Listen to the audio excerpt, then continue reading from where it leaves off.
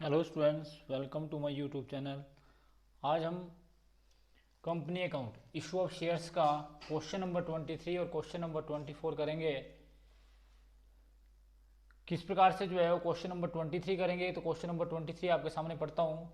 Anant limited was registered with an authorise capital of ₹6 lakh divided into share of ₹20 each. It purchased a building from Pooja Builders for ₹2 lakh payable in fully paid up shares of the company. The remaining 20,000 shares were offered to the public payable as follows: 4 on application, 4 on allotment, 6 on first call and 6 on final call. All the shares were subscribed and allotted. Vikram, who hold 200 shares, failed to pay the calls and his shares were forfeited. These shares were later on reissued to Varun at ₹17 per shares as fully paid up. Record the above transaction in the journal and prepare a balance sheet. तो किस प्रकार से question करेंगे, question आपके सामने है। तो question number 23, सबसे पहले एंट्री की जाएगी bank account debit to share application. Bank account debit to share application आप सभी जानते हैं कि आपने 20,000 shares at the rate of ₹4 each issue किए, दैट इज 80,000 एंड 80,000, जिसके लिए नरेशन लिखेंगे being share application money receive. उसके बाद दूसरी एंट्री की जाएगी।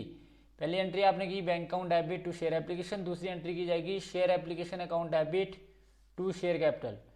20,000 शेयर का ₹4 के हिसाब से 80,000 और 80,000, ये भी आपका 80,000 और 80,000 है। उसके बाद आपने अलॉटमेंट मनी ड्यू करी। जब आपने अलॉटमेंट मनी ड्यू करी तो आपने एंट्री करी share allotment account debit to share capital, और ये भी आपका 20,000 का ₹4 के हिसाब से, दैट इज ₹80,000 एंड 80,000, जिसके लिए आपने एंट्री करी share allotment account debit to share capital being allotment money due. उसके बाद अलॉटमेंट मनी जो है रिसीव होगी, जिसके लिए आप एंट्री करेंगे bank account debit to share allotment. तो आपका ये भी 20,000 शेयर का ₹4 के हिसाब से 80,000 और 80,000, मतलब अलॉटमेंट का सारा पैसा आपको रिसीव हो गया, जिसके लिए आपने नरेशन लिखी बीइंग अलॉटमेंट मनी रिसीव।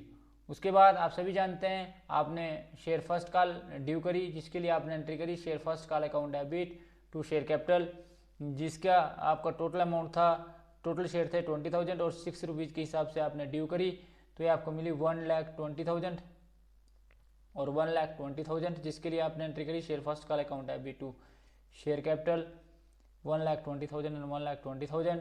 उसके बाद एक बंदा जिसके पास 200 शेयर्स थे, उसने आपको फर्स्ट कॉल के पैसे नहीं दिए, तो दैट मीन्स की टोटल ड्यू था 1,20,000, जिसमें से आपको ₹1,200 नहीं मिले, 1,200, मतलब कैसे 200 शेयर का ₹6 के हिसाब से। तो आपको जो टोटल रिसीव हुआ वो जी आपका 1,18,800, 1,18,800 bank account debit to share first call 1,18,800, और जिसके लिए आप नरेशन लिखेंगे being first call money receive. उसके बाद आप share first call money share final call money due करेंगे, जिसके लिए आप एंट्री करेंगे share final call account debit to share capital, और वो भी जो ड्यू होगी आपकी, वो भी आपकी 20,000 शेयर की ₹6 के हिसाब से 1,20,000 एंड 1,20,000, जिसके लिए आपने एंट्री करी share final call account debit to share capital 1,20,000 and 1,20,000। उसके बाद आप सभी जानते हैं कि आपने फाइनल कॉल मनी जो है वो रिसीव करी, जिसके लिए आपने एंट्री करी bank account debit to share final call.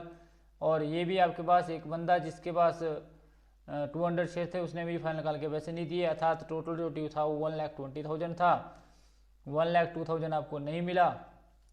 कैसे 200 शेयर का ₹6 के हिसाब से, दैट मीन्स कि आपको मिला 1,18,800, 1,18,800 और 1,18,800। उसके बाद आप फाइनल कॉल मनी जो है रिसीव भी किया आपने, तो ये आपने 1,18,800। उसके बाद आपने शेयरों को फॉरफिट किया।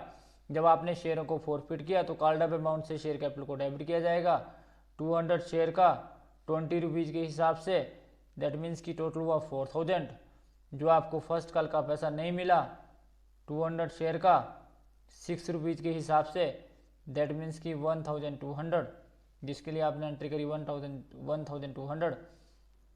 उसके बाद आप सभी जानते हैं कि आपने फिर फाइनल कॉल मनी ड्यू करी, फाइनल कॉल का भी पैसा आपको नहीं मिला 200 शेयर का 6 रुपीज़ के हिसाब से 1200, और शेयर फॉरफिट का जो पैसा आपको नहीं मिला 200 शेयर का, जो पैसा आपको मिल गया ऑलरेडी 200 शेयर का 8 रुपीज़ के हिसाब से, दैट इज़ 1600। तो ये टोटल अमाउंट जो है आपका वो शेयर फॉरफिट में गया।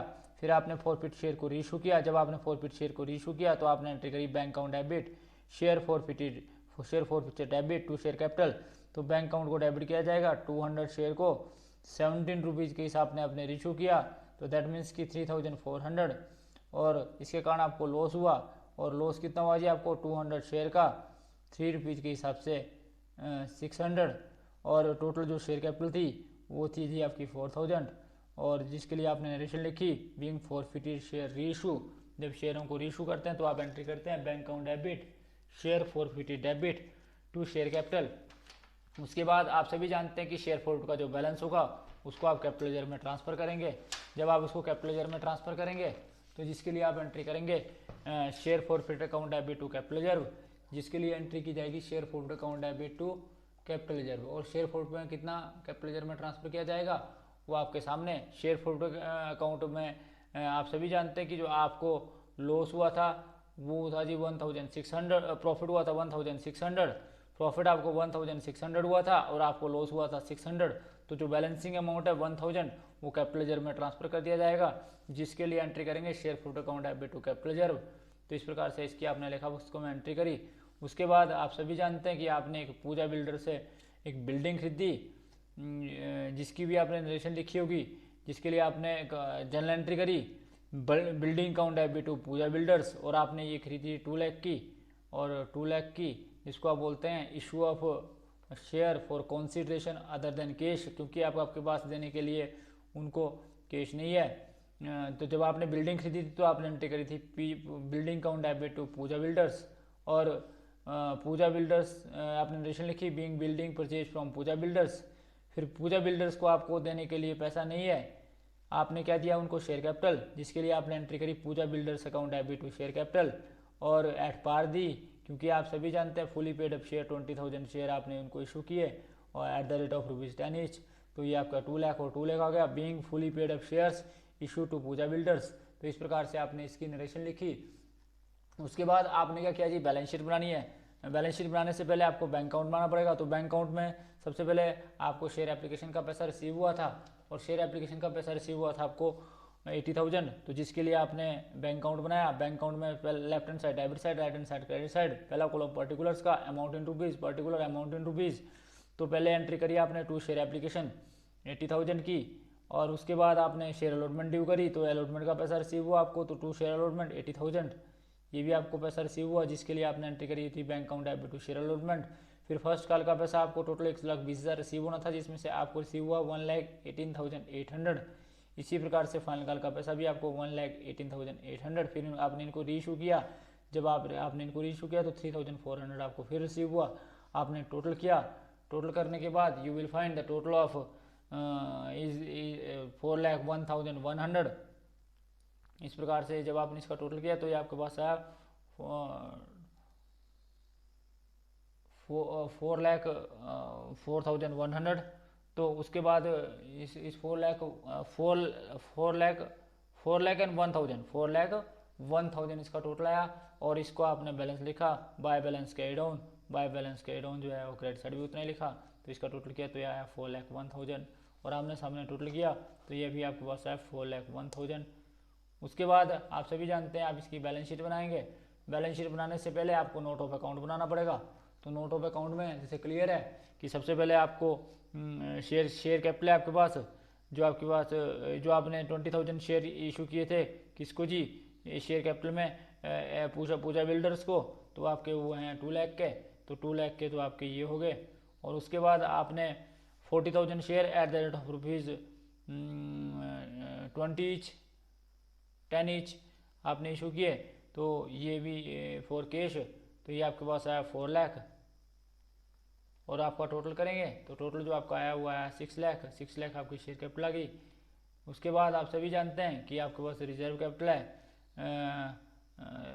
कैपिटल रिजर्व है, तो कैपिटल रिजर्व आपका जो आपका प्रॉफिट हुआ था वो आया था 1000, और इसको आपने इस साइड में लिखा, इस साइड में लिखा, डिटेल में भी उतना ही। और उसके बाद नॉन करंट एसेट है जिसमें आपने बिल्डिंग परचेज करी थी, तो बिल्डिंग आपने परचेज करी थी 2 लाख की, तो नोट ऑफ अकाउंट नंबर 3 आपका बिल्डिंग है जो आपका नॉन करंट एसेट है और ये फिक्स्ड एसेट माना जाता है 2 लाख और 2 लाख। उसके बाद आपने cash in hand, cash equivalent में कैश एट बैंक, तो कैश एट बैंक आपने अभी कैश एट बैंक बनाया था जिसमें आपका बैलेंस है 4,01,000 और ये भी 4,01,000। इस प्रकार से जो है ये आपका cash account note of account बनाया आपने।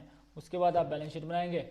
जब आप बैलेंस शीट बनाएंगे तो बैलेंस शीट में सबसे पहले आप सभी जानते हैं कि बैलेंस शीट में दो साइडें होती है आपके पास, एक आपकी इक्विटी एंड लाइबिलिटी और दूसरी asset side. Equity and liabilities में सबसे पहले आपके पास शेयर कैपिटल है, तो share capital number 1 share capital, तो शेयर कैपिटल अभी आपने नोट ऑफ अकाउंट में निकाली थी और वो शेयर कैपिटल आपके पास आई 6 लाख, तो यहाँ पर लिख दिया आपने 6 लाख। उसके बाद आप सभी जानते हैं कि नंबर सेकंड आपका है कैपिटल रिजर्व, जिसको आप रिजर्व एंड सरप्लस बोलते हैं। तो रिजर्व एंड सरप्लस के अंदर आपका जो नोट ऑफ अकाउंट नंबर 2 है आपका, नोट ऑफ अकाउंट नंबर 1 और नोट ऑफ अकाउंट नंबर 2, तो टू में आपके पास आया जी आपके पास रिजर्व एंड सरप्लस 1000, तो जो टोटल हुआ वो आया जी आपका 6,01,000 बैलेंस शीट की लाइबिलिटी साइड का टोटल। इसी प्रकार से आप नॉन करंट असेट साइड जाएंगे। असेट में सबसे पहले नॉन करंट असेट आपका नोट ऑफ अकाउंट नंबर 3 में जो बिल्डिंग है और वो बिल्डिंग है आपकी 2 लाख की, तो ये 2 लाख आप लिख देंगे। उसके बाद 2 लाख के बाद आप सभी जानते हैं कि आपके करंट असेट हैं। करंट असेट में आपके पास कैश एंड कैश इक्विवेलेंट आया जो कैश एट बैंक था, और ये आपके पास 4,01,000 आया, और जब आप इसका टोटल करेंगे तो ये आपके पास है 6,01,000। इस प्रकार से लाइबिलिटी साइड का टोटल जो है असेट साइड के टोटल से मिला। तो ये था जी आपका क्वेश्चन नंबर 23। किस प्रकार से जो है क्वेश्चन नंबर 23 को करेंगे वो आपके सामने था। क्वेश्चन नंबर 23 क्लियर हो गया आपको। Thanks for watching the video. Please like, subscribe and comment on my channel and press bell icon for next notification. Thank you.